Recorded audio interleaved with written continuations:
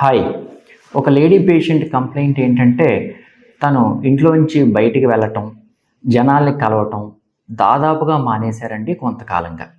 కారణం ఏంటంటే తను ఫంక్షన్స్కి కానీ షాపింగ్కి కానీ వెళ్ళాల్సి వచ్చినప్పుడు అదర్ లేడీస్ పీరియడ్స్లో ఉన్నారేమో, వాళ్ళని తను టచ్ చేస్తే తనకేదైనా చెడు జరిగిద్దేమో అనే భయం అన్నమాట. మొదట్లో ఇది కొంచెమే ఉండేది, రాను రాను క్రమంగా పెరుగుతూ వచ్చిందనమాట. ఇప్పుడు తన పరిస్థితి ఏంటంటే ఎవరితో కలవలేరు, ఎవరింటికి వెళ్ళలేరు.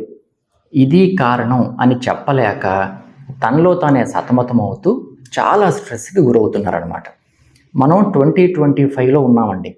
స్టిల్ ఇలాంటి భయాలు రావడానికి కారణం ఏంటి? మనలో కొంతమందిలో ఉన్న cultural beliefs like menstrual blood అనేది ఇంప్యూర్ థింగ్, అన్హైజీనిక్ థింగ్ అనే ఫీలింగ్తో మెన్స్ట్రువేటింగ్ లేడీస్ని కిచెన్లోకి అలో చేయకపోవటం, పచ్చని చెట్లని టచ్ చేస్తే అవి పాడైపోతాయి అని చెప్పటం, కౌస్ని టచ్ చేశారనుకోండి అవి ఇన్ఫర్టైల్ అవుతాయి, వాళ్ళకి పిల్లలు పుట్టరు అని చెప్పటం.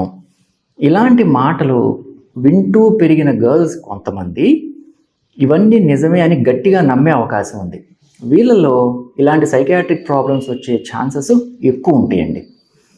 అపోహల్ని పక్కన పెట్టి చూస్తే అసలు రియాలిటీ ఏంటి? ప్రెగ్నెన్సీ వస్తే పుట్టబోయే బిడ్డకి ప్రాణం పోసేది ఈ సోకాల్డ్ ఇంప్యూర్ బ్లడ్డే కదా. సో ఇంత సీక్రెట్ థింగ్ని మనం ఇలా బ్లేమ్ చేయటం లేదా డిమోనైజ్ చేయటం కరెక్టా? మనందరం ఆలోచించుకోవాలి.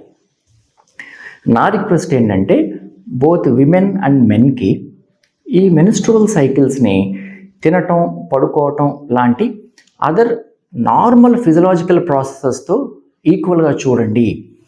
మెన్ యొక్క సపోర్ట్ ఈ విషయంలో ఆడవాళ్ళకి చాలా అవసరం. మనందరం ఇలా చేయగలిగినట్లయితే కనుక విమెన్లో ఇలాంటి సైకలాజికల్ ప్రాబ్లమ్స్ని ప్రివెంట్ చేయగలిగిన వాళ్ళం అవుతాం. Thank you for watching.